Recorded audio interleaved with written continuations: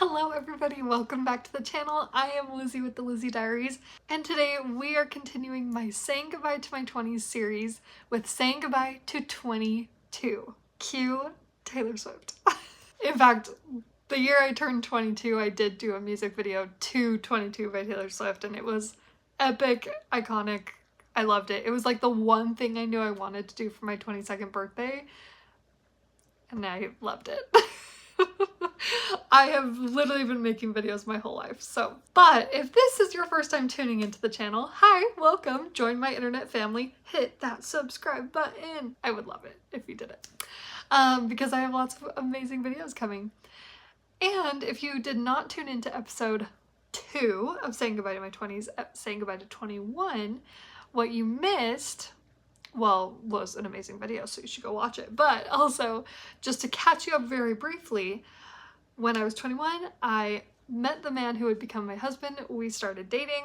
We had the summer of workaholics. It was crazy, and I made some very important life decisions that would set me up for the rest of my life. Very exciting. And now today brings us to 22. With the other 2 episodes I've done in this series, I had an outline. I had a very structured format that I was following, and as I kind of have been going into the next couple of episodes, I've been wanting it to be a little bit looser, a little bit more authentic, and just kind of talk to you guys as I go through the events that I went through in that year, and then kind of talk about some of the things I learned. But I'm kind of throwing out the script this week, and we're just gonna kind of talk about what it was like to be 22 years old and the things that happened in my life, and yeah.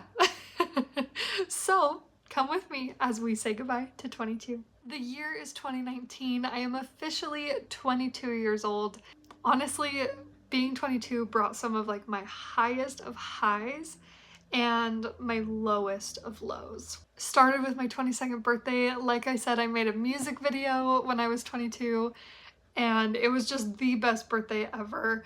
Jake basically had planned the entire day for me, and I had my first surprise party ever that he threw for me, and it was just so exciting and so fun, and he really was the highlight of my 22nd birthday. He made it so special. I listened to 22 by Taylor Swift like a dozen times that day, and it was iconic.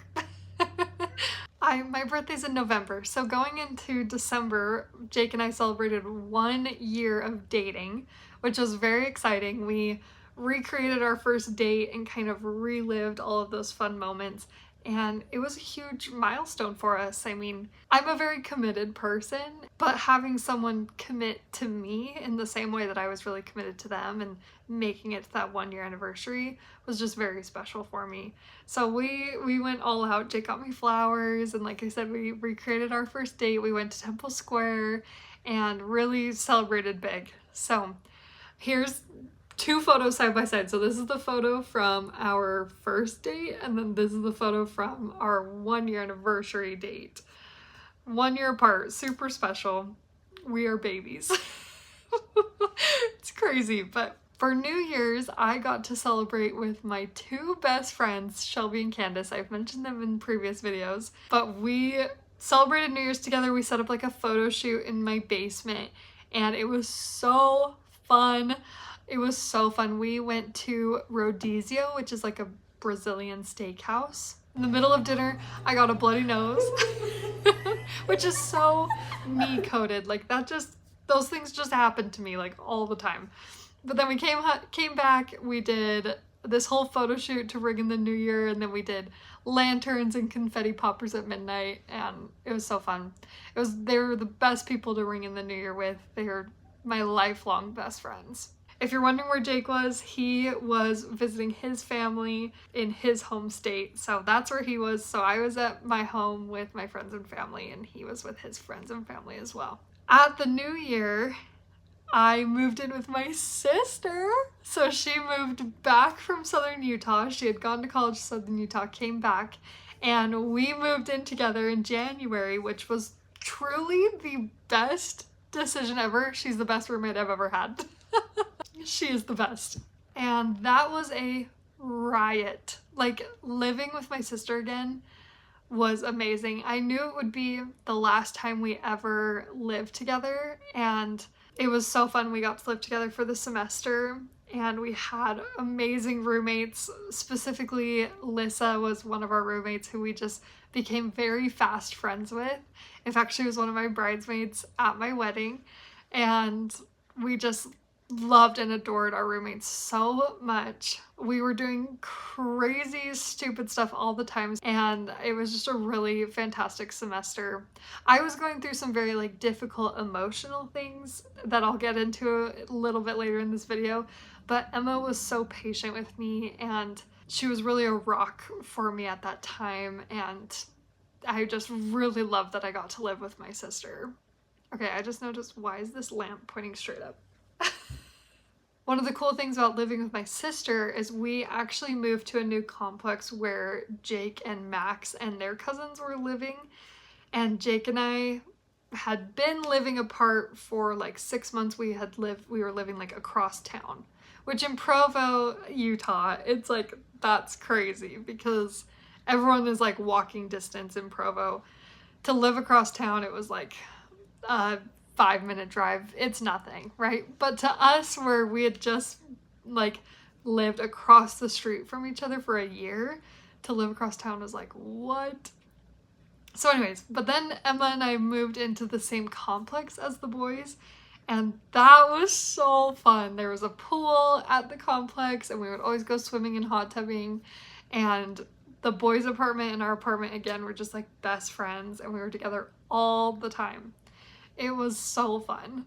Something really special about Jake and I's relationship is like his extended family just like fully adopted me, and his extended family and his cousins specifically became like some of my best friends. And you guys know Max. Max is Jake's cousin, and then he has a lot of other cousins I just got really close to. I love them all so much, and I'm still fantastic friends with them all today, and it started while we were dating.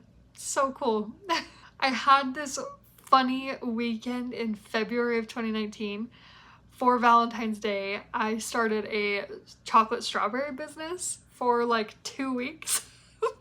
It was called Little Dipper, and I sold chocolate strawberries for like 2 weekends for Valentine's Day. Made a couple extra $100, and it was great. I thought I was gonna like take it long term. I think I just always have had this like entrepreneurial spirit inside of me, and I really thought I was going to do it long term, but then, you know, my own fear kind of got in the way. Again, I was struggling a little bit emotionally at this time in my life, and it didn't feel very sustainable for my lifestyle at the time. I mean, I was living in a college apartment. It was so fun. I loved like making the strawberries. I tested a bunch of different chocolates to decide like what was the best chocolate ever that paired well with the strawberry. I still use that chocolate to this day, and I still make myself chocolate strawberries to this day using that chocolate. It's actually like my favorite treat of all time is chocolate covered strawberries. If you were to ask me what are your two like favorite treats or snacks, favorite like snack is popcorn, favorite treat is chocolate covered strawberries. It's just who I am. In this semester as well, Jake is just like a 10 out of 10 boyfriend. So in this semester as well, Jake and I had talked about what would life have been like had we like met in high school, and we would always joke, I was like, you would have been my boyfriend hands down. In high school, I think we would have met, we totally would have dated.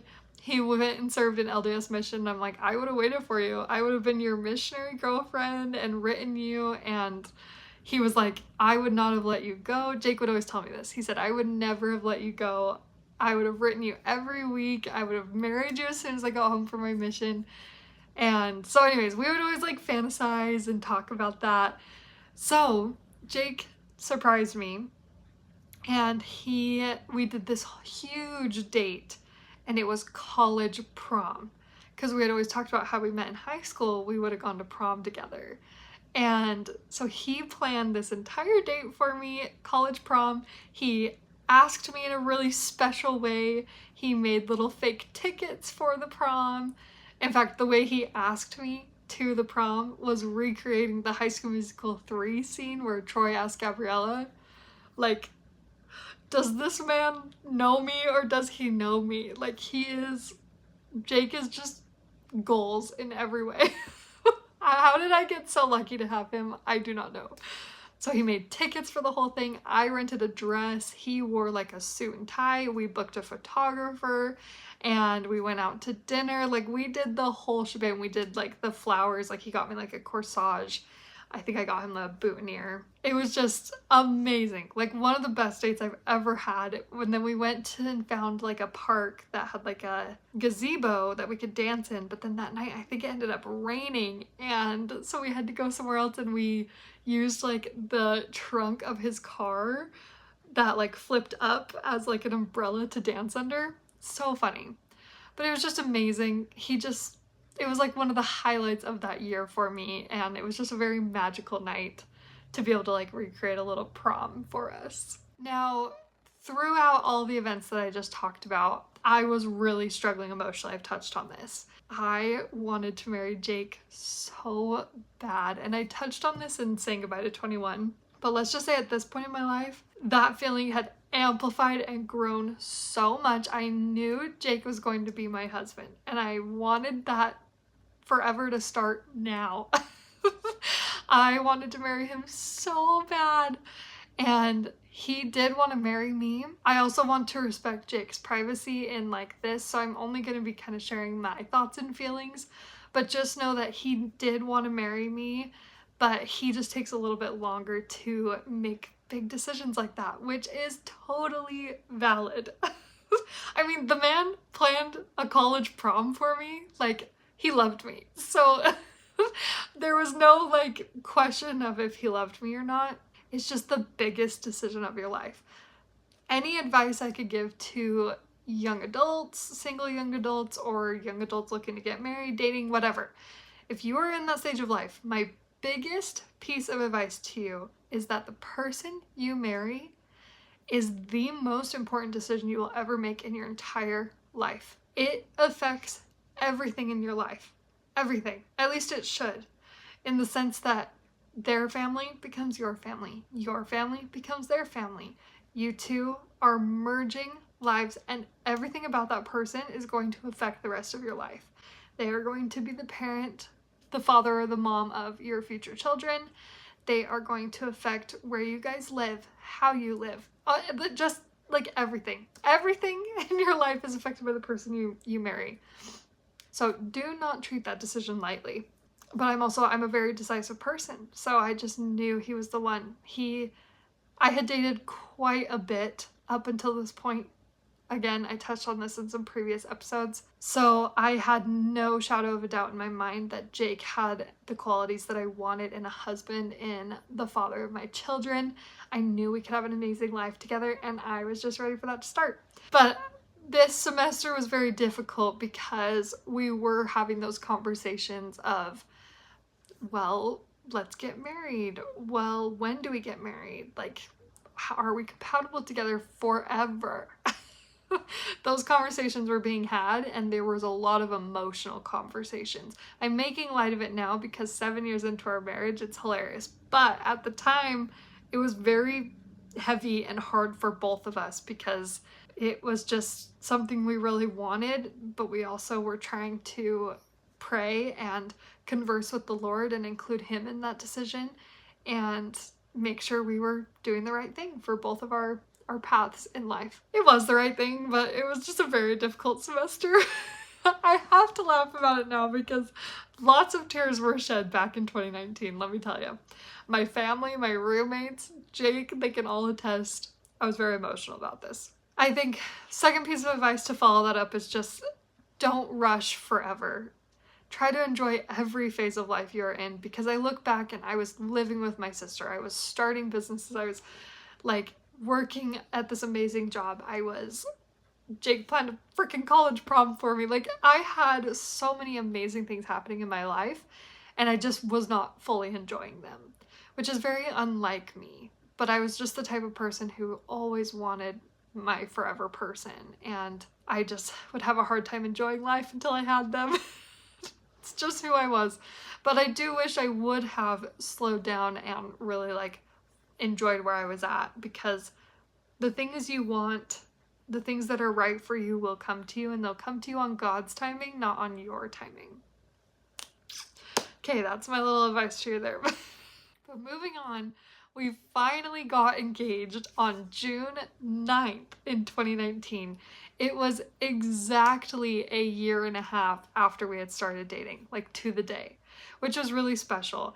And then Jake proposed in the same place that he asked me to be his girlfriend a year and a half earlier, and he just made it very special. He's a very sentimental person, if you can't tell by the stories I'm telling you, but which I really appreciate because I am the same way, and that's like part of how I express love and receive love. And to find someone who knows me so intimately in that way and shows me love in that way, it just makes me feel very appreciated and loved and cared for. So he's so sweet and thoughtful.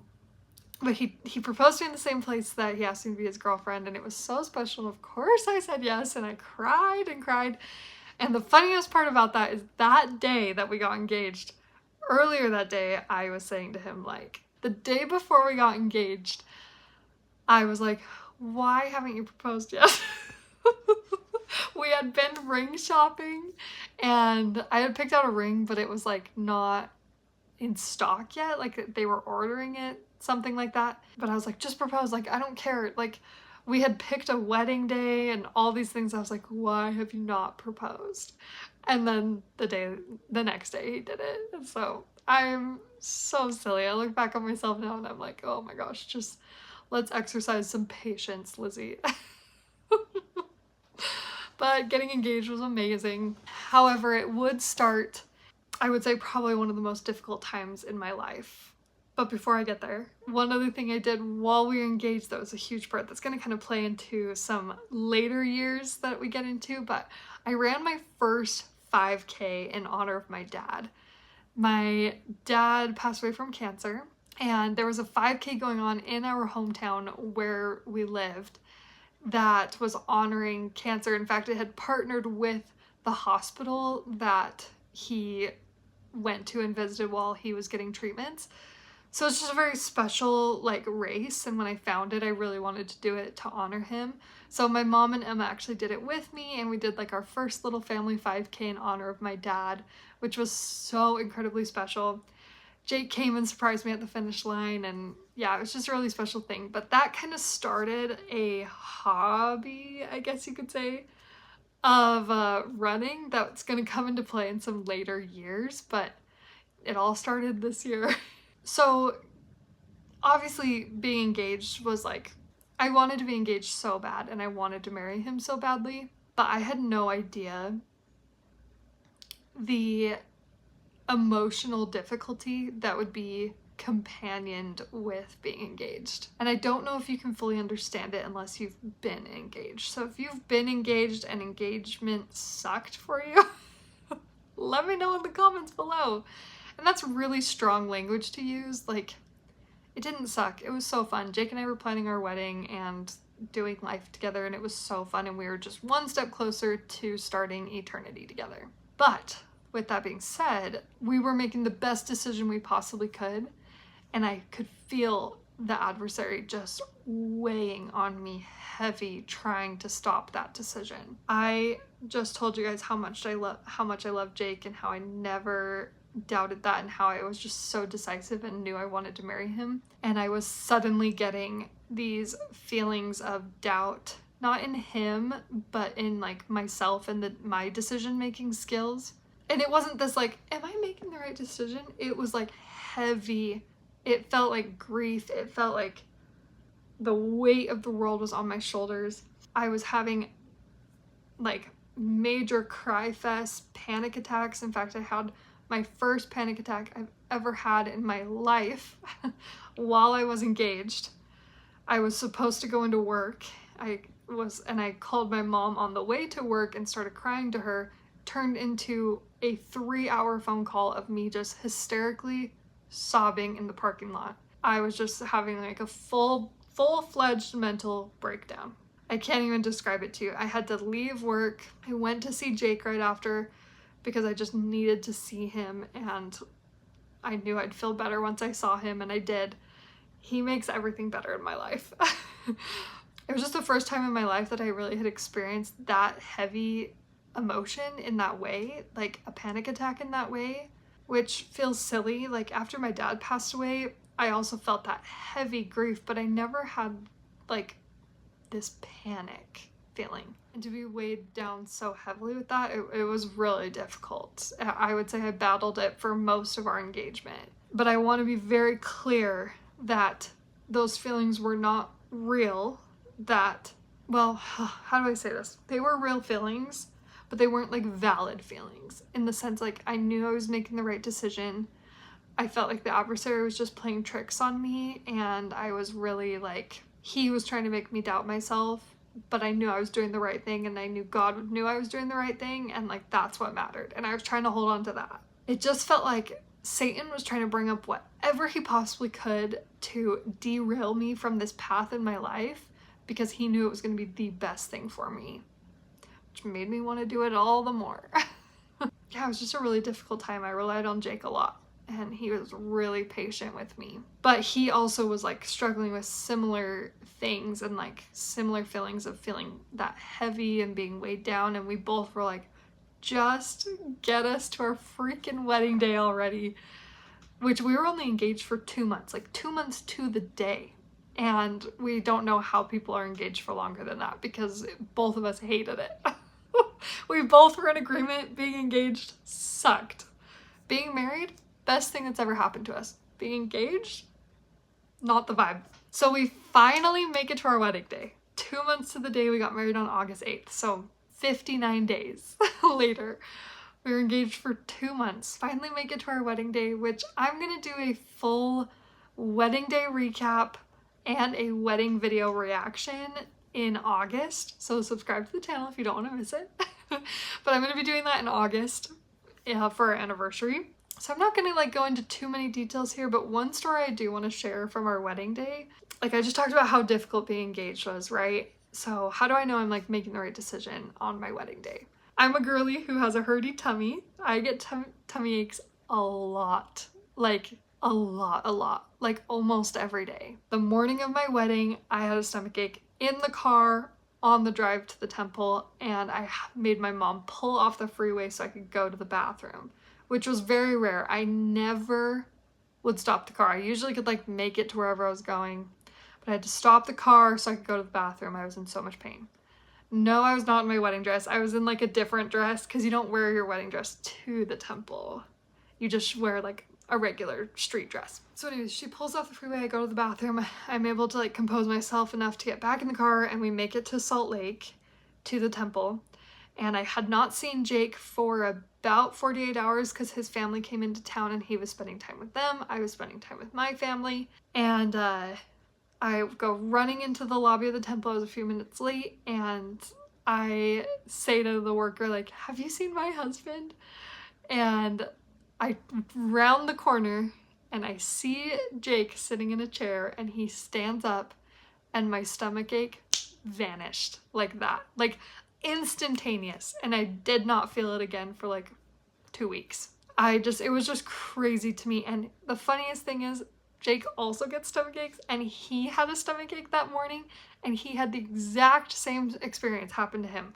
He said as soon as I rounded the corner in the temple lobby, his stomach ache went away as well. And we like ran and hugged each other, and we were so excited. We were just giddy on our wedding day, and it was just the best decision of my life.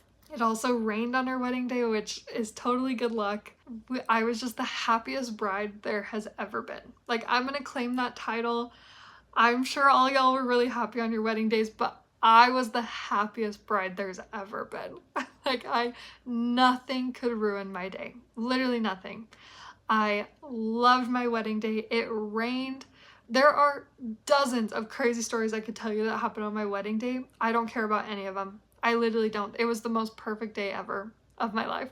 And I got to marry Jake, and literally that's all I could ever wanted. So my wedding day was literally like the peak of 2019. The best day of my life. Hands down. Like highest of high of high of highs. And then the funnest thing is that night, I actually had no idea where we were going for our honeymoon.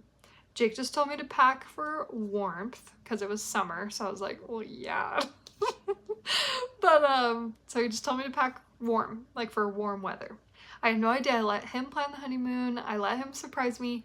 And that night we like get to a hotel near the airport, and I'm like, why are we by the airport? And he has this whole little box that him and his mom made for me. And I open up the box and it's like, you're going to Walt Disney World. And I was like, what? I had never been to Walt Disney World. I'd been to Disneyland a lot with my family, but I'd always wanted to go to Disney World. And we flew out the next morning to Florida, which was amazing. Disney World was so freaking fun, but being in Florida with him was amazing. And it just confirmed that I had made the right decision to pick him as my husband. Coming home from Florida, Jake and I both describe it as just, we felt this like indescribable, palpable peace. And I've never felt anything like it in my life. It was Heavenly Father confirming to both of us that we had made the best decision for our lives. And it's just so special. Sorry, I'm gonna get emotional because Jake just means so much to me. And marrying him was literally the best thing ever that I could have ever wanted. After we got married, being married was just the best. Living together was the best. I loved cooking meals together. We loved watching movies together. We'd always say, BYU has a curfew. In case you're not familiar, BYU has a curfew. You don't ever spend the night at each other's apartments. Boys and girls don't live together. And you have to say goodnight by like midnight or else you get in trouble. Like you can't be in the opposite gender's apartment after midnight. We would always say, oh my gosh, I can't believe we don't have to say goodnight to each other or like goodbye. Like we just get to say kiss goodnight and then we get into bed, you know? Like it was just the best thing ever. We were obsessed with being married. After we were married, honestly, life became very normal after that. And it didn't feel like there was a ton of crazy things happening. There was one thing. My mom also got married a month after me. Well, it was more like 2 months after me. And so we were like planning her wedding. It was smaller. It wasn't as much of an ordeal as mine. But we were also planning her wedding and preparing for that. And it was beautiful and amazing. And we were just so incredibly happy for her. She is just the type of person who has so much love to give.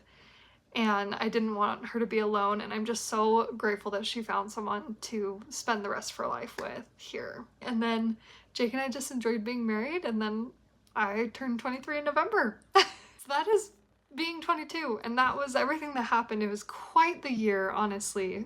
Lots of highs, lots of lows, but honestly it was a very happy year of my life.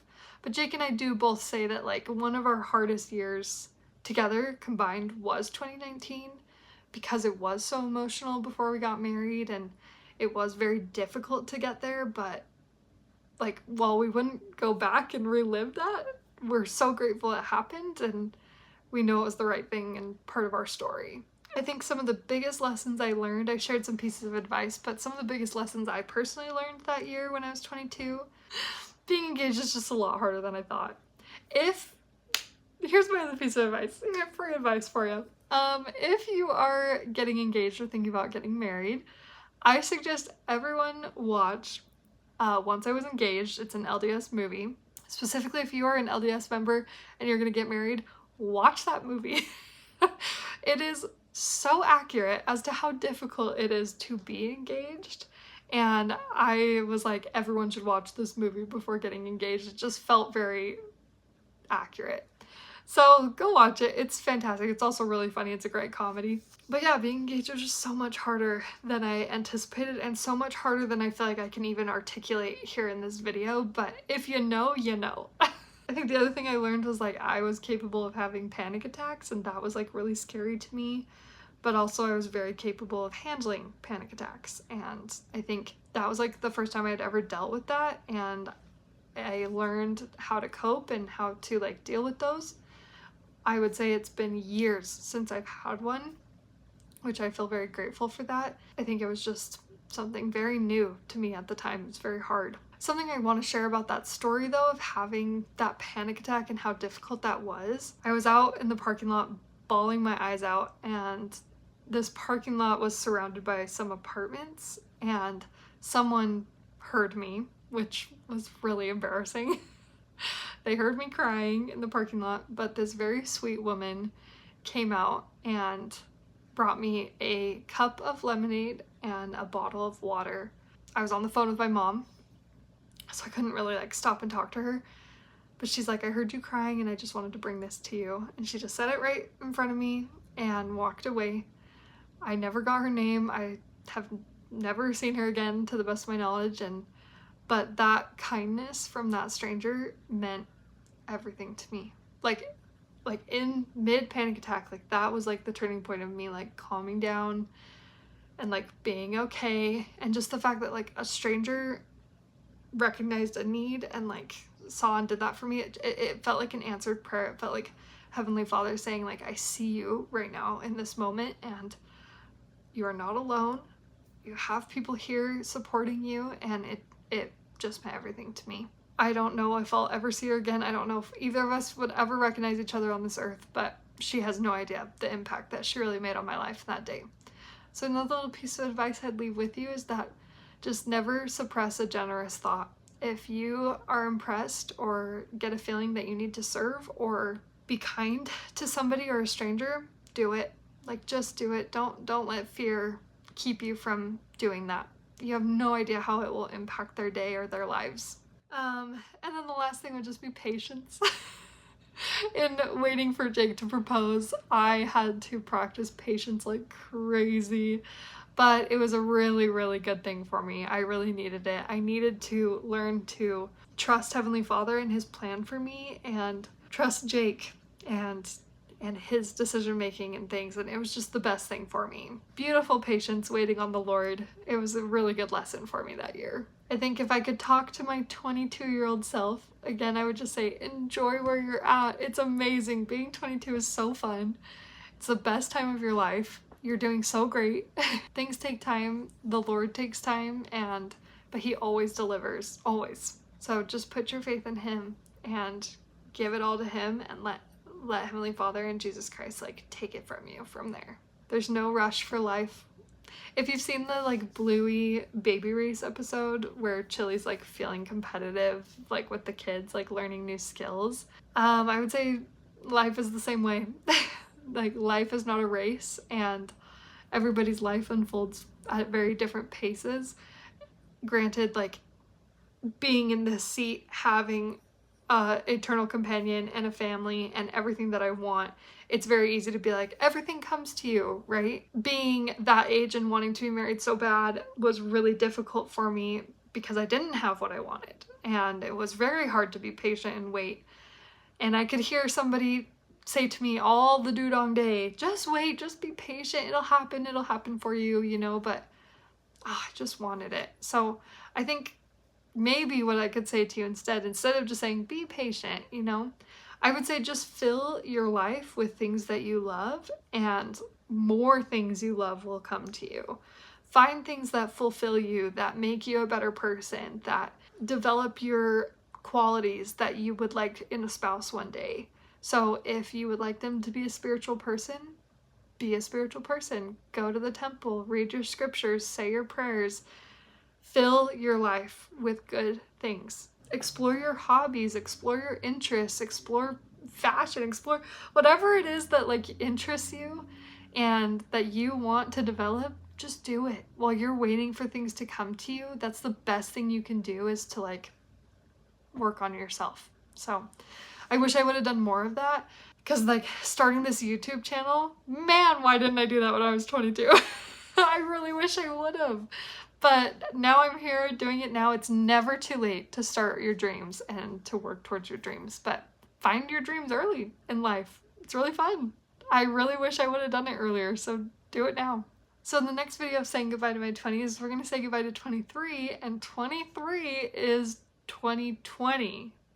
So y'all know what comes with that. Anyways, Subscribe to the channel so you don't miss it. Thank you for joining me on this journey of saying goodbye to 22. This series, again, has just been so fun. Very near and dear to my heart. Again, I'm a very sentimental person, and as I gear up to turn 30 this year, looking back at my 20s and everything that has gotten me to this point is very special.